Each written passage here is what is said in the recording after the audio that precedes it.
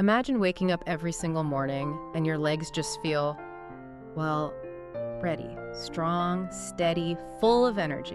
Hmm, No more of that muscle weakness, maybe fewer painful cramps, and definitely less worry about losing your balance or taking a tumble. that's the goal, isn't it? It really is. You know that feeling, right? That dream of staying active, properly independent, moving with confidence, whether you're just strolling in the park, maybe dancing, or even just getting around your own home easily. If that sounds like the future you want, then you're definitely in the right place today. Absolutely. Okay, let's unpack this a bit. Because for many of us, as we get older, we do notice changes. Maybe a little less muscle strength, perhaps a bit more stiffness here and there. Sure, that's common. And it often feels like it's just an inevitable part of, getting older. But what if? What if a big chunk of that decline isn't just time passing? What if it's actually a lack of specific essential nutrients? That's the core question, really. Today, we're doing a deep dive into the secret arsenal you might already have access to help keep your legs strong, steady, and truly unstoppable. And what's so fascinating here is how often we just automatically chalk these issues up to age. It's almost instinctive. Right. Oh, I'm just getting older? Exactly. And we overlook the profound, really profound impact that simple nutritional deficiencies can have. So our mission in this deep dive, drawing from recent academic studies and reports focused on practical nutritional science for senior mobility. Well, it's to pinpoint those root causes. Okay. We want to give you science-backed, actionable insights to genuinely help you enhance your leg strength, your balance, and really your overall well-being. This is where it gets really interesting, I think. Let's start with vitamin D. Now, we've all heard it's good for bones, but it sounds like it's a genuine powerhouse for your legs in ways many of us just don't expect. What's the hidden power there? You're spot on. While its role in bone health and helping calcium get absorbed is, well, critical, vitamin D goes way beyond that. Yeah. Think of vitamin D as like the fine tuner for the switchboard, where your nerves communicate with your muscles. It directly impacts muscle function. It helps with protein synthesis, basically helping your body build and repair muscle tissue. And it improves what we call neuromuscular communication. That's essentially how quickly and clearly your brain's instructions reach your muscles. If you don't have enough vitamin D, that whole conversation can get a bit fuzzy. Fuzzy, you mean like slower reactions? Precisely. It can lead to delayed reaction times, not just weaker muscles, but slower responses.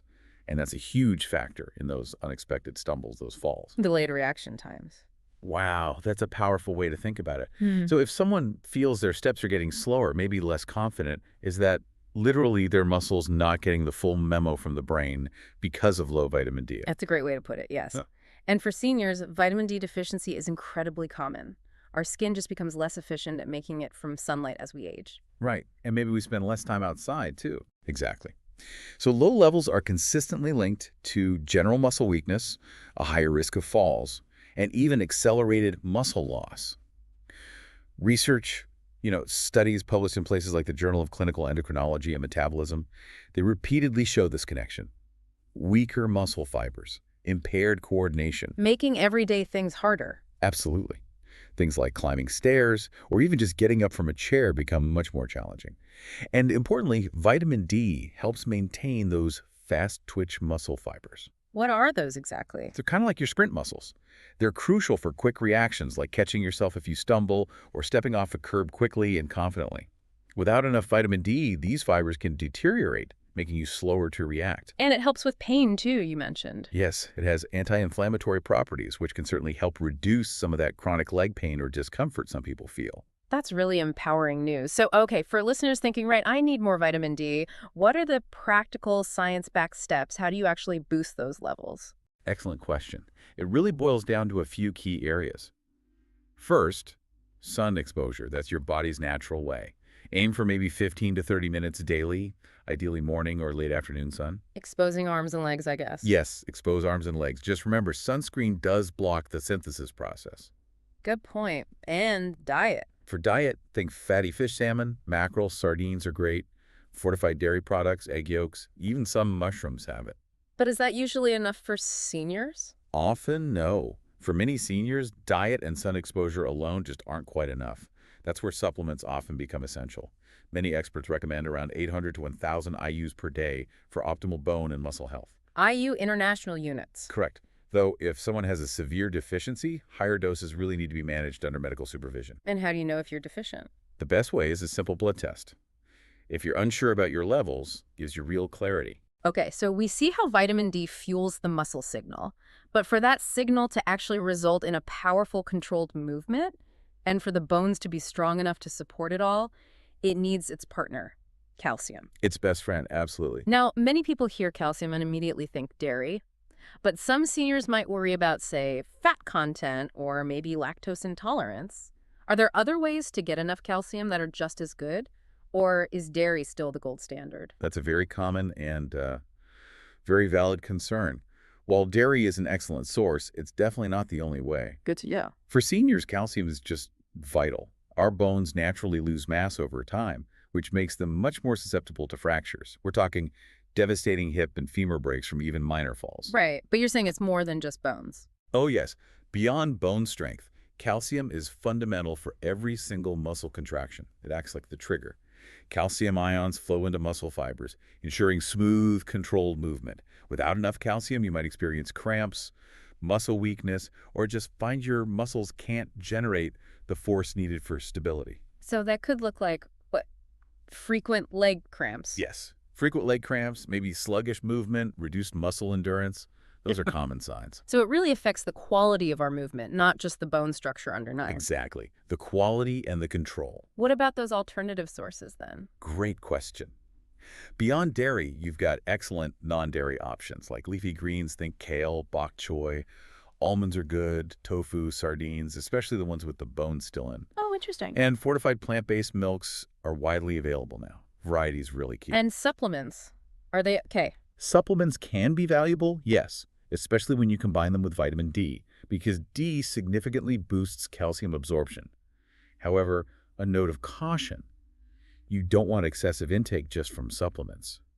In rare cases, it could lead to issues like calcium deposits in arteries or kidney stones. So moderation is key. What's the target amount? The general recommendation is about 1,000 to 1,200 milligrams per day. Ideally, you'd get that from a mix of food and, only if needed, some supplementation. Okay. And crucially, don't forget movement itself. Weight-bearing exercises, walking, resistance training, they actually stimulate your bones to remodel and help direct that calcium right where it's needed most. Makes sense. Okay, so we've covered fueling the muscle, the contraction itself, but what about the actual signals telling the muscles what to do in the first place? Now we're moving into the nervous system's role. Right, which brings us to another crucial vitamin. Let's shift gears to vitamin B12. This one sounds like it's all about keeping those electrical impulses firing correctly, from your brain right down to your toes.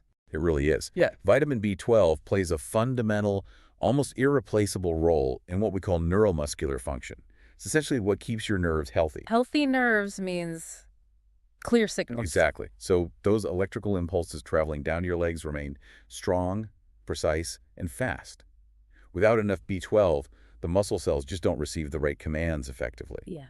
This leads to weakness, instability, maybe a loss of control. What does that feel like? One of the most common symptoms, yet often misunderstood, is a feeling of heavy, tired legs, sometimes accompanied by numbness or tingling.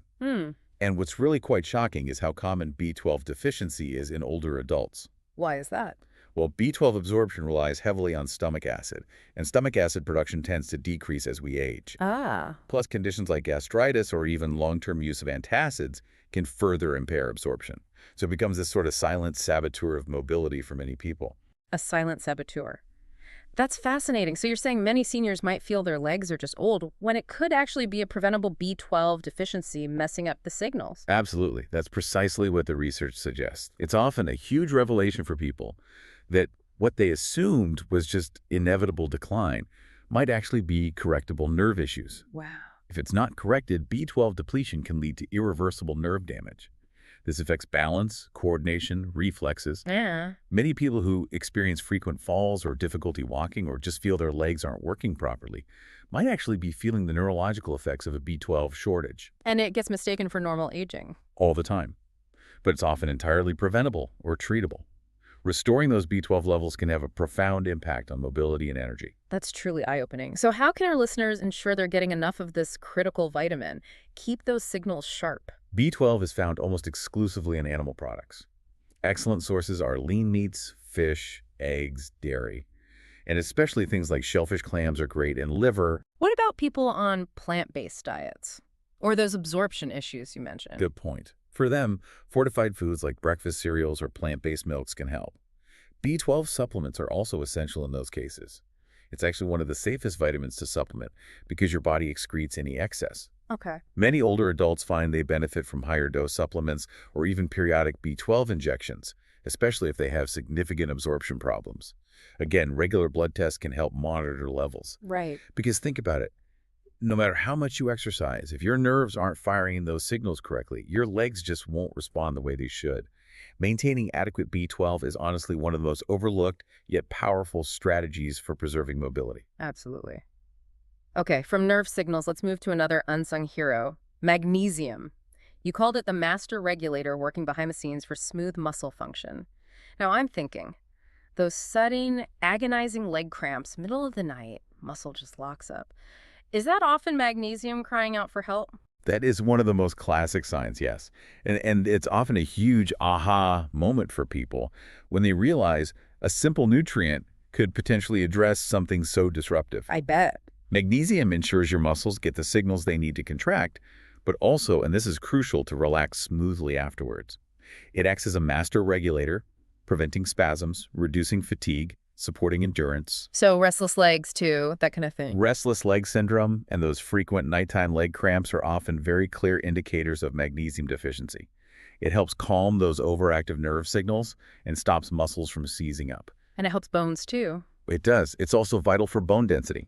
It helps regulate calcium transport, making sure calcium gets incorporated properly into bones rather than depositing in soft tissues like arteries. Higher magnesium intake is consistently linked to greater bone strength and a lower risk of fractures. So it's key for both muscle comfort and bone structure. Why is deficiency so common then, especially in seniors? Well, several factors. It gets depleted quite easily by modern stressors. Also, many medications common among seniors can deplete it. Things like diuretics, proton pump inhibitors for acid reflux, even some blood pressure drugs. Oh, wow. Didn't realize that. And of course, poor dietary habits contribute. This widespread deficiency can lead to that gradual loss of stamina, finding you can't walk as far, feeling fatigued after even simple activities. It's often not just age, it's a lack of the right fuel. It sounds like getting enough magnesium could have a pretty noticeable, maybe even quick impact then. It truly can. Sometimes people notice improvements relatively quickly, especially with cramps. It can reduce cramps, improve energy levels, restore that sense of ease and movement. Where do we find it? Food sources. Best dietary sources are leafy greens. Again, spinach is great. Nuts, seeds, whole grains, legumes. Think pumpkin seeds, almonds, black beans, avocados. Lots of good options. And supplements. If getting enough through diet is tough, supplements like magnesium citrate or magnesium glycinate are generally well absorbed. The difference can be remarkable. Fewer cramps, more energy, easier movement, even better balance and coordination because it helps regulate those neuromuscular connections. Okay, now for another mineral. This one might make people think of bananas straight away, but its role in preventing those sudden, painful leg cramps sounds even more significant: potassium. Yes, bananas are famous for potassium, but its role is much broader. It's a key regulator of muscle function, mainly by helping balance fluids inside and outside your muscle cells. Fluid balance, how does that affect cramps? Well, when potassium levels drop, that fluid balance gets disrupted, and it can cause muscles to contract involuntarily. That's what leads to those painful cramps, especially common in the legs. For older adults, these cramps aren't just painful. They can be really debilitating. Sure, disrupts sleep, affects mobility. Exactly. But beyond cramps, potassium is also crucial for transmitting signals between nerves and muscles, ensuring smooth, controlled movements. Low levels can show up as shakiness, general weakness, maybe difficulty lifting your feet properly when you walk. Which increases fall risk again. Significantly. And surprisingly, potassium also plays a role in bone health. Really? How? It helps neutralize acids in the body. These acids can otherwise leach calcium from bones and break down bone density. So adequate potassium helps protect against osteoporosis. Wow, it's doing a lot. Working on multiple fronts for mobility and bone health. How do we make sure we're getting enough of this multitasking mineral? Fortunately, nature gives us plenty of potassium-rich foods. Bananas, yes, but also sweet potatoes, avocados, spinach, beans, oranges. Even a simple baked potato, especially with the skin on, is a great source. Variety again. Variety is always the key. The recommended daily intake is around 2,600 milligrams for women and 3,400 for men. That sounds like a lot, but it's actually quite achievable through a well-balanced diet. Any caution? Yes, important note. Individuals with certain health conditions, particularly kidney disease or those on specific blood pressure medications, need to be careful with potassium intake. They should definitely monitor it closely and discuss it with their doctor. Good advice. Okay, moving on. Many of us think vitamin D and calcium for bones, sure, but you mentioned there's a critical link ensuring those nutrients actually do their job properly. Vitamin K, the traffic controller for calcium, as you put it earlier. That's a perfect analogy for it. Vitamin K is that critical link. You make sure the calcium you consume is actually deposited in your bones where it belongs, rather than accumulating in places like arteries or other soft tissues. Which is obviously important for avoiding other health issues, too. Hugely important, especially for cardiovascular health. But for bone health in seniors, it's profound. Studies consistently show that people with higher vitamin K intake have stronger bones, a lower risk of fractures, and just better overall bone health. How does it do that? It activates a specific protein called osteocalcin. Think of osteocalcin as like a tiny magnet that literally pulls calcium into your bone structure, binding it there and making your bones denser and stronger. Fascinating. But its role doesn't stop at bones. It's also essential for joint health. It helps reduce inflammation, which might slow the progression of osteoarthritis and alleviate things like knee stiffness. Joints, too. Okay. And there's even emerging research suggesting vitamin K helps support muscle strength and coordination, possibly by regulating calcium levels within the muscle cells themselves. So it's really making sure our calcium investment pays off in our bones and helping our joints. Where do we get vitamin K? There are two main forms to know about. Vitamin K1 is found mostly in plants, think spinach, kale, collard greens, Brussels sprouts, green leafy veg. Then there's vitamin K2. This is found more in fermented foods like natto, which is fermented soybeans, some aged cheeses, and also in animal products like egg yolks and liver. K2 seems particularly beneficial because it stays active longer in the body and might be even better at directing calcium. So focus on leafy greens and maybe some fermented foods. That's a great strategy. Increase your intake of those green vegetables, maybe explore some fermented foods. However, and this is a really crucial caution if you are taking blood-thinning medications, like warfarin. Right, Coumadin. Exactly. You absolutely must consult your healthcare professional before significantly increasing your vitamin K intake or starting any supplements. Vitamin K plays a direct role in blood clotting, so it can interfere with those medications. Very important. Definitely critical advice. Okay, finally, let's talk about vitamin B6. You said it's often underestimated, but it's a vital player in nerve health, muscle repair, and fighting fatigue. Yes, vitamin B6, also known as pyridoxine, plays a much bigger role in leg strength and muscle function than most people realize. It's essential for maintaining healthy nerve signals again. Like B12. Similar role in nerve health, yes. It also supports muscle repair after activity and helps your body effectively use the protein you eat to build and maintain muscle mass. So if levels are low... If B6 levels dip, those nerve signals can become sluggish or misdirected. This might lead to subtle numbness, maybe tingling sensations, even unsteady walking patterns again, things often mistaken for just getting old. Seems to be a common theme. It really is. Yeah. B6 also has anti-inflammatory properties, which can help reduce muscle discomfort and keep legs feeling more flexible, more resilient. So if you've been feeling persistent stiffness or maybe slower recovery after even light activity, B6 could be part of the puzzle. And it helps with energy, too. Yes. B6 is vital for making red blood cells. Red blood cells transport oxygen to your muscles, fueling them for endurance. A deficiency can lead to lower hemoglobin, meaning your muscles just aren't getting the oxygen they need. That results in early fatigue, that heavy feeling in your legs. That explains that heavy, tired feeling so many people describe. How can we make sure we're getting enough B6? Thankfully, B6 is found in a good variety of common foods. Poultry, fish like salmon and tuna, bananas, potatoes, chickpeas, fortified cereals, all excellent sources. So, fairly easy to get through diet. For many people, yes. Yeah. Just incorporating these into your regular meals can help maintain good levels. For some individuals, maybe with absorption issues or very restricted diets, supplementation might be necessary. What's the recommended amount? The recommended daily intake is around 1.5 milligrams for women and 1.7 milligrams for men, particularly for older adults. Any concerns with supplements here? While getting B6 from food is generally very safe, it's worth noting that excessive intake from high-dose supplements over a long period should be approached cautiously. as it can potentially lead to nerve damage in rare cases. So food first is usually best. What an incredible deep dive today. Hmm. Seriously. We've covered vitamin D and calcium, building those strong foundations.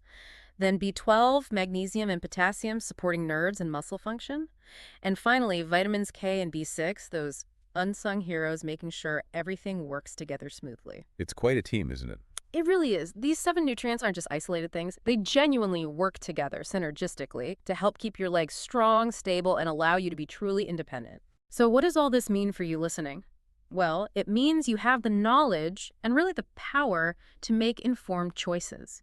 Choices that can genuinely transform your mobility and your quality of life. That's the key takeaway. This isn't just about, preventing problems down the road. It's about embracing a future where you can move freely, confidently, and with the energy to really live the life you want. And if we connect this to the bigger picture, truly strong legs, they're a foundation for so much more than just walking, aren't they? Absolutely. They're really about maintaining the freedom to live the life you choose, for as long as you choose to live it, which I think raises an important question for you, the listener. What small practical step can you take today, maybe starting right now, to nourish your legs and actively support your future mobility? That's a great question to ponder. We really encourage you to reflect on these insights, maybe take them to your doctor or a nutritionist, and tailor a plan that feels right for you. And if you found this deep dive helpful and would like to keep receiving useful tips like these, We'd certainly appreciate it if you'd subscribe and perhaps give this video a thumbs up. It helps others find this information too.